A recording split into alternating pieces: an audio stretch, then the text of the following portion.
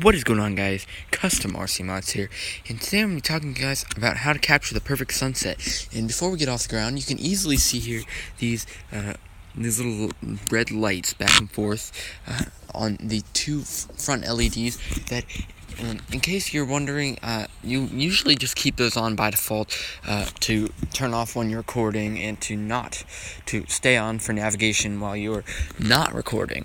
But anyway, I'm not going to be recording from a lot of this, and you'll see during this, but normally I would just go into my main camera settings and turn off the LEDs like you'll see here. So watch the corners of your screen for the LEDs. You can see right now.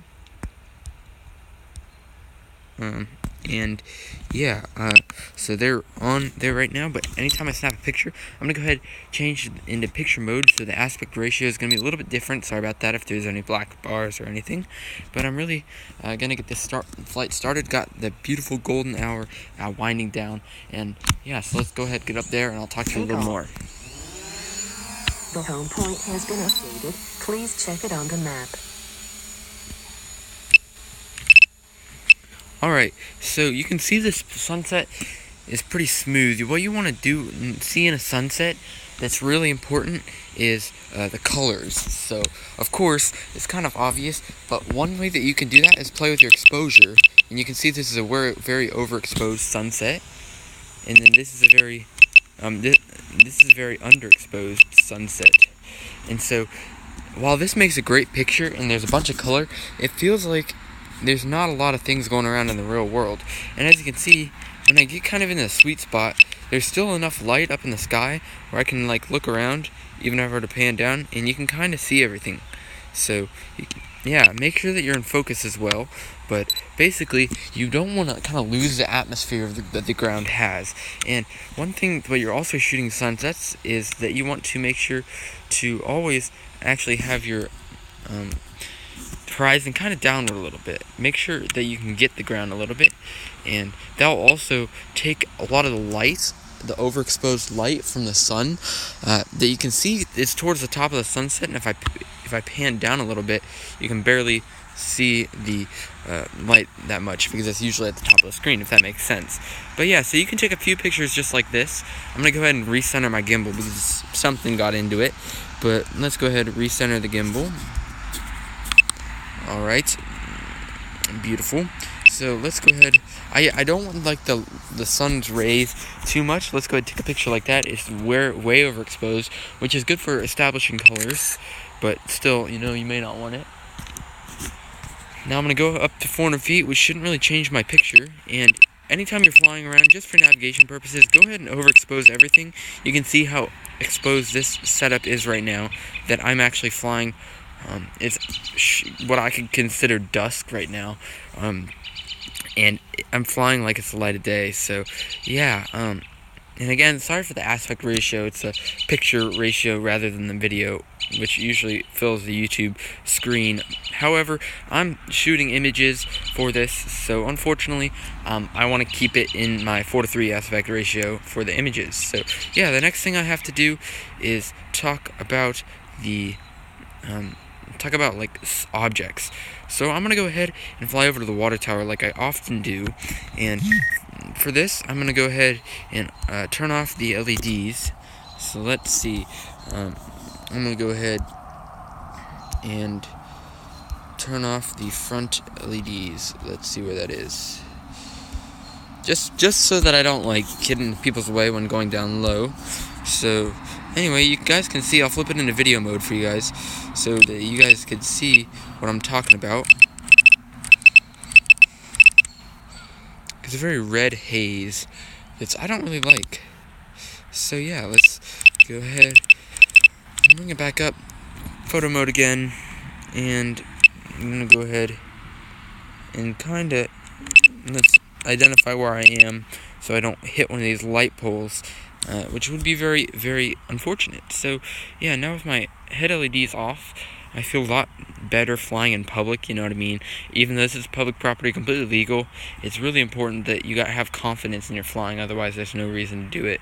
So yeah, let's go ahead and get in position here, kind of starting a mini orbit of the tower, and now we're gonna lower down to tower height, and here we go.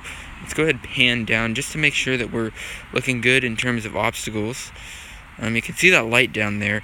I really want to stay away from that, but you know, in terms of safety, it's just some certain sacrifice you have to make. Alright, so there it is. That's my shot. I'm going to try to get the water tower's shadow. So if you overexpose it too much, you'll see that I got the shadow, not the actual image of the water tower. None of the graphics on the water tower are readable. So let's go ahead and get that. I'm going to go ahead and... Beautiful. I really like it. I can throw it in the center, but again, you want to do the rule of thirds like in photography class if you ever taken it. You know what I mean. Rule of thirds is very important, just so that you don't really make it kind of boring. That's more in videography too, but you know, whatever. It's kind of just the way you want to do it. And so now I'm going to take a quick video clip of the water tower escaping, the shadow of the water tower escaping. So let's go ahead and do that. And basically what this is going to be is just full throttle up, and you'll see how the water shower shadow is just escaping from the horizon, and bam, that is a beautiful shot of the sunset. Alright, so now of course this is the direction where you got the city line, and one thing that is very important to notice is that usually the sky looks really blue, and the footage that you're going to get from it's not really that good. So if you're trying to shoot a night shot with your drone, please by all means try it out, but you know, don't expect overly great results without giving it some exposure. So of course it's way underexposed, but still looks plenty beautiful. So yeah, let's go ahead and fly around.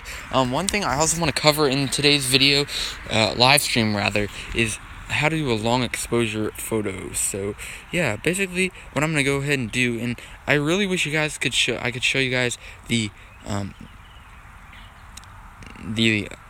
I guess the DJI Go 4 screen, but basically I'm gonna go ahead bump my shutter speed up as high as I can, like 3 or 4 or 5 or 6, how many seconds I can do. Let's go over to the roundabout, because that's where a lot of the action is these days concerning cars.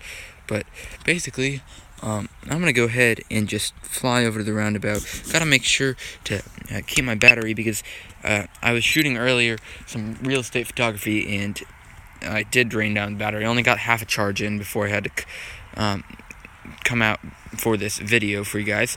So yeah, if you guys are wondering, regular videos are... I shot some today as well with my Mavic, because that's like the only thing working in the fleet right now. So yeah, let's go ahead and make sure that we're all good to go.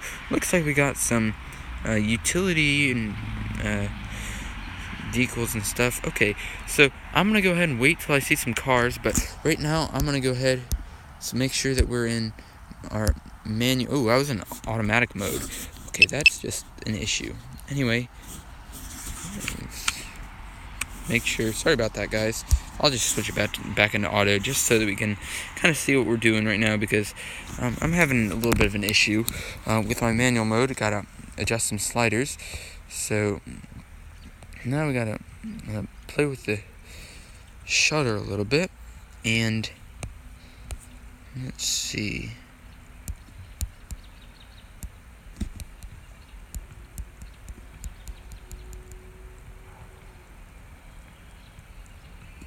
Alright, so I bumped up the shutter. I wish I could show you the after, but basically, when I see some cars coming through this roundabout, which should be here pretty soon, I'm going to go ahead and take a picture. So, yeah, it's just going to be like that, and you'll see it looks crazy how overexposed it is, but it looks super cool with all the lights. So, yeah, I'm kind of addicted to these, especially on a non-windy night like this. But hopefully you can see that. I'm going to just take a number of them, which looks really cool. Anyway, so let's see what it looks in this parking lot. Whoa. Okay, yeah, so I had a lot of fun there. Let's go ahead and bump it back into the actual reasonable shutter mode.